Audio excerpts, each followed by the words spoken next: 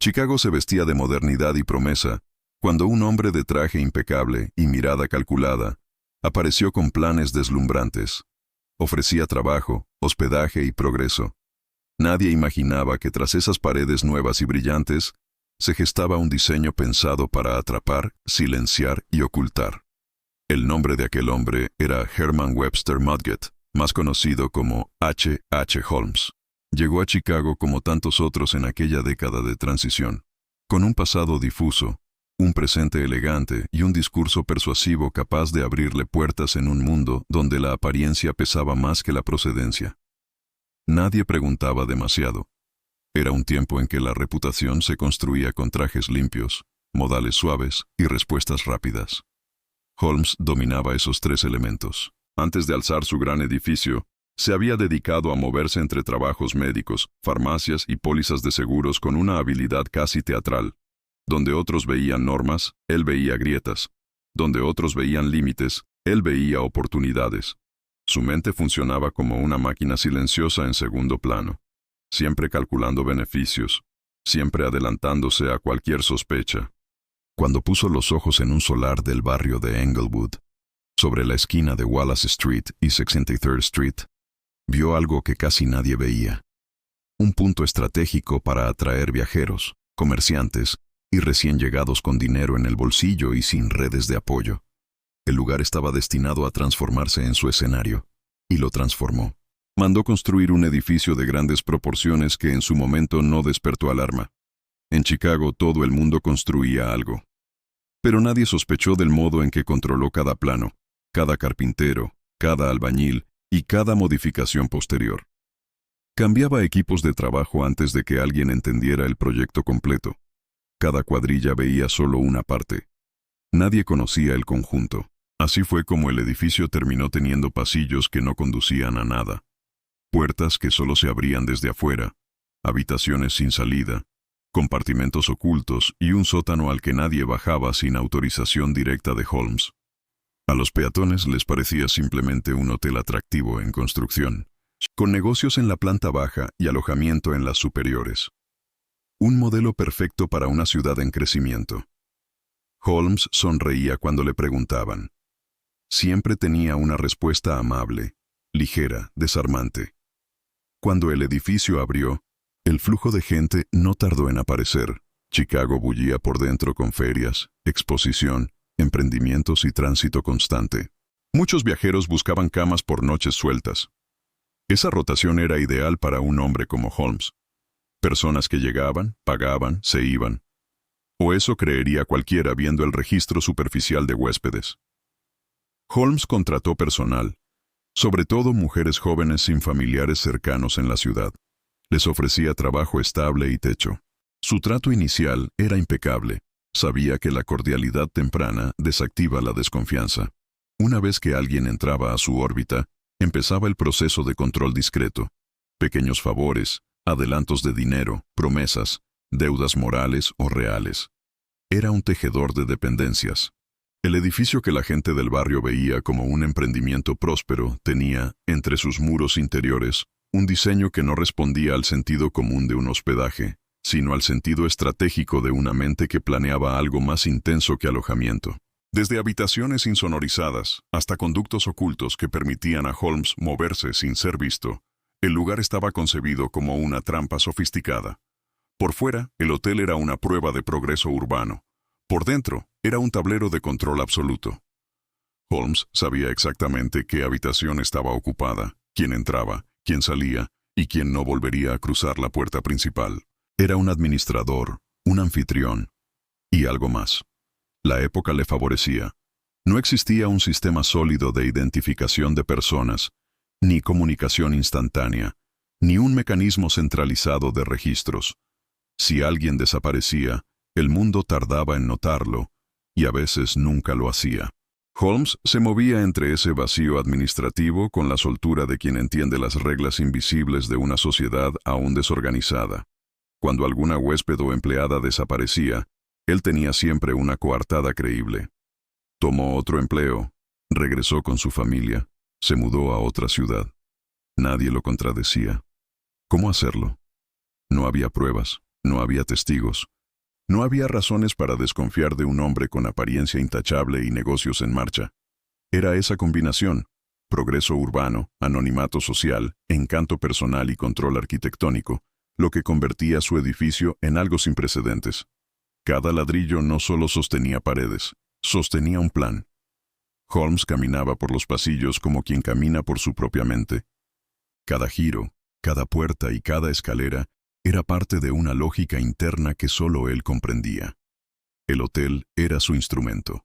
Las personas que entraban eran piezas que él movía con una mezcla de cortesía y cálculo. Y cuando una persona quedaba sin vida dentro de ese edificio, el silencio seguía siendo perfecto, el flujo de huéspedes no disminuía, la ciudad no sospechaba, el dinero seguía entrando. El olor del progreso ocultaba el rastro del horror. Holmes había logrado algo que pocos logran: un espacio donde podía controlar no solo lo que ocurría dentro, sino también lo que el mundo exterior percibía. La fachada seguía seduciendo a viajeros, comerciantes y jóvenes en busca de oportunidades. Por dentro, las modificaciones constantes que ordenaba: tabiques añadidos, puertas clausuradas, conductos renovados. No eran reformas improvisadas, eran ajustes quirúrgicos al plan original para perfeccionarlo. Cuando algún carpintero, fontanero o herrero preguntaba por qué cierto muro debía cerrarse desde el interior sin razón aparente, Holmes respondía con excusas arquitectónicas o comerciales que sonaban técnicas y convincentes. Y si alguien insistía, simplemente cambiaba de equipo y continuaba con otra cuadrilla. El resultado era un edificio construido como un rompecabezas que solo su creador sabía resolver. Entre quienes pasaron por el hotel hubo mujeres que confiaron genuinamente en su palabra. Algunas trabajaron en la farmacia que él administraba, otras en la recepción.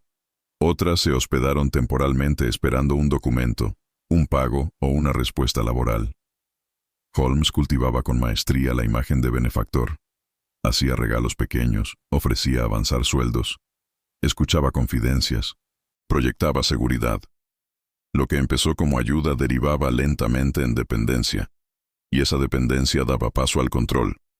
Cada vez que alguien entraba a su círculo más estrecho, la estructura del edificio se volvía parte de la trama.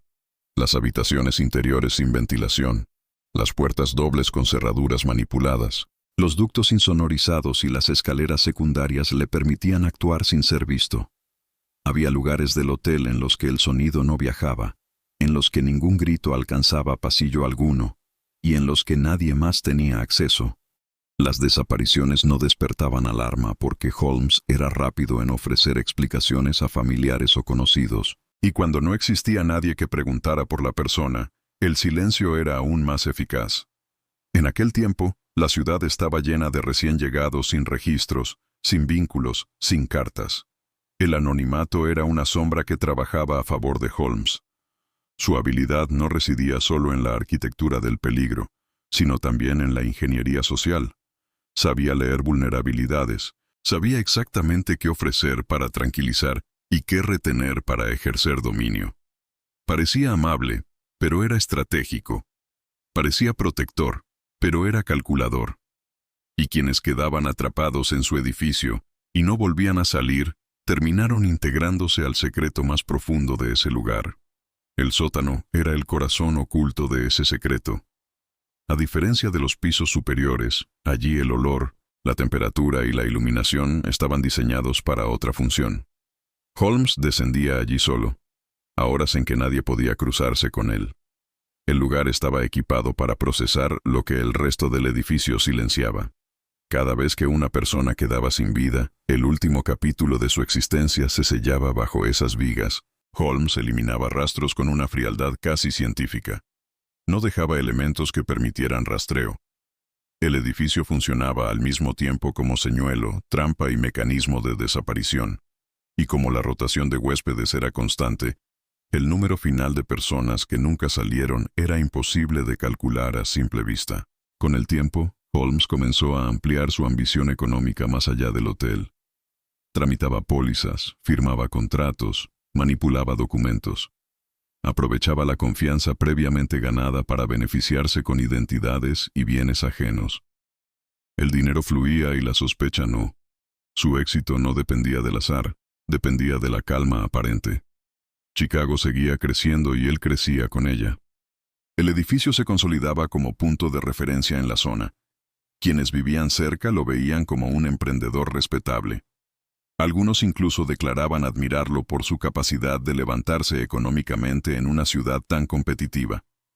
Esa admiración pública volvía aún menos probable que alguien imaginara lo que sucedía detrás de aquellas paredes. Si esta historia te atrapó, no olvides suscribirte al canal y activar la campanita para no perderte los próximos misterios reales que tenemos preparados. Y si tú también tienes una historia que aún te persigue, puedes enviarla al correo que está en la descripción. Tal vez tu caso sea el próximo en ser contado. Holmes era consciente de algo crucial. El mundo suele creerle primero al hombre educado, bien vestido y con negocios en regla, antes que a cualquier rumor sin pruebas materiales. Y él cultivaba esa ventaja como un jardinero paciente. Podía caminar por la calle, conversar con vecinos, atender clientes en planta baja y, al mismo tiempo, guardar en su sótano los capítulos más oscuros de su empresa sin que nadie lo notara. En ciertos periodos, llegaron investigaciones superficiales por asuntos administrativos o financieros, pero Holmes siempre respondía con documentación convincente o desviaba la atención mediante terceros. Era astuto para anticiparse a los movimientos ajenos. Jugaba siempre una jugada antes. Cuando algo amenazaba con acercarse a la verdad, él lo desactivaba con cortesía. Nada en su conducta externa sugería peligro. No levantaba la voz, no discutía, no mostraba arrebatos. Su serenidad era su camuflaje. La gente teme más a lo ruidoso que a lo silencioso. Holmes lo sabía y por eso su silencio trabajaba como una barrera protectora. Hubo huéspedes que entraron caminando con equipaje y una vida por delante, y que terminaron convertidos en un punto estadístico invisible. No dejaron carta de despedida, no hubo testigos de su salida, no hubo rastro de reclamo oficial. El edificio los absorbió. Y mientras eso ocurría, el negocio seguía funcionando, las cuentas seguían creciendo y la ciudad seguía sin sospechar. Holmes había construido algo más profundo que un hotel. Había construido un escenario donde él era el único espectador real de lo que pasaba. Un teatro sin público, una historia sin testigos, un edificio donde el eco de los pasos desaparecía igual que las personas que los daban. La aparente normalidad era su cortina perfecta. La perfección de Holmes no era infinita. Todo sistema sostenido sobre engaños se mantiene firme solo mientras los bordes permanecen invisibles. Su caída no empezó por el hotel, ni por una desaparición puntual, sino por algo que él consideraba menor. Una estafa de seguro. Esa fue la primera fisura. Al manipular documentos con otro hombre de su entorno para cobrar una póliza, surgieron contradicciones. Y esas contradicciones despertaron miradas que antes no existían. Cuando las autoridades comenzaron a revisar sus movimientos financieros, Holmes reaccionó como siempre. Viajó, cambió de nombre, se presentó en otros estados y tejió nuevos relatos para distraer el foco. Pero esta vez algo fue distinto. Una investigación no se apagó, creció, se cruzó con otras irregularidades. Los agentes que al principio solo buscaban un fraude empezaron a hurgar en su pasado, a entrevistar empleados, vecinos, personas que lo habían tratado. La figura impecable comenzó a perder brillo. Uno de los investigadores se interesó por el edificio de Chicago. Al examinar su historia, aparecieron registros incompletos, informes contradictorios y testimonios de personas que habían trabajado allí sin entender nunca el plano completo.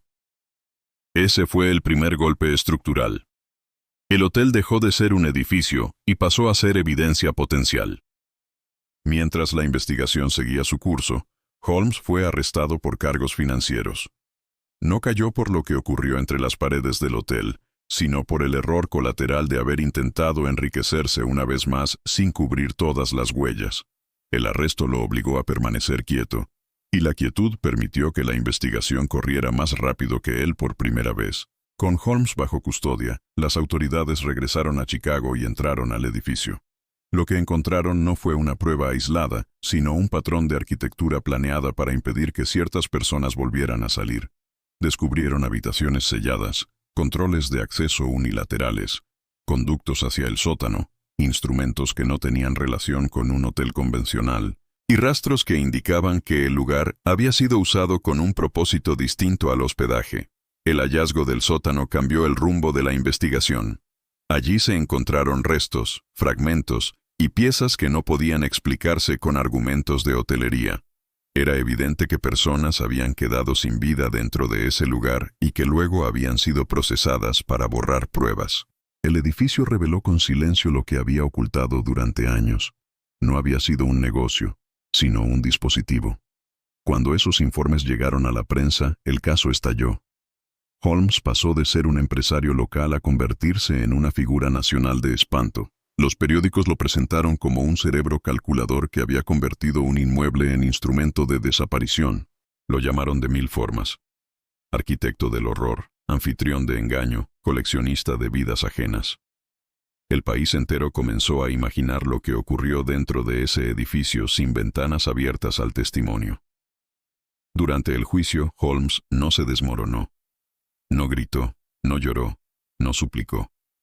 Habló con calma. Contestó con orden. Se mantuvo compuesto, como si observara todo desde afuera. Su serenidad desconcertaba a quienes esperaban un quiebre emocional. Esa frialdad contribuyó a consolidar su fama. Parecía alguien que había eliminado el vínculo emocional con las personas como si fueran piezas de contabilidad. Testigos declararon sobre la construcción irregular del edificio, sobre desapariciones inexplicables y sobre la manipulación constante que Holmes ejercía sobre quienes trabajaban para él. Sin embargo, al no existir una lista cerrada de víctimas ni registros formales, el juicio debió concentrarse en los hechos comprobables. Fraude, engaño y ciertos casos individuales con evidencia material. Holmes escuchaba las acusaciones como quien escucha la lectura de una obra ya conocida. En algunos momentos, incluso parecía disfrutar el relato, como si el hecho de que el país entero hablara de él fuese, en sí mismo, una victoria tardía. Pero la balanza judicial ya estaba inclinada. Los hallazgos del edificio eran demasiado contundentes para que la duda lo protegiera. Fue declarado responsable y sentenciado. Cuando se supo públicamente que Holmes recibiría la consecuencia máxima, la reacción social fue ambigua. Algunos celebraron el cierre del caso. Otros quedaron perturbados por la capacidad de un solo hombre de sostener durante años un sistema invisible dentro de una ciudad vibrante. El terror no estaba en lo que había hecho solamente, sino en lo fácil que había sido para él hacerlo sin ser descubierto a tiempo. La ejecución de su sentencia se anunció y se llevó a cabo con la solemnidad propia de la época. Holmes mantuvo su calma hasta el final.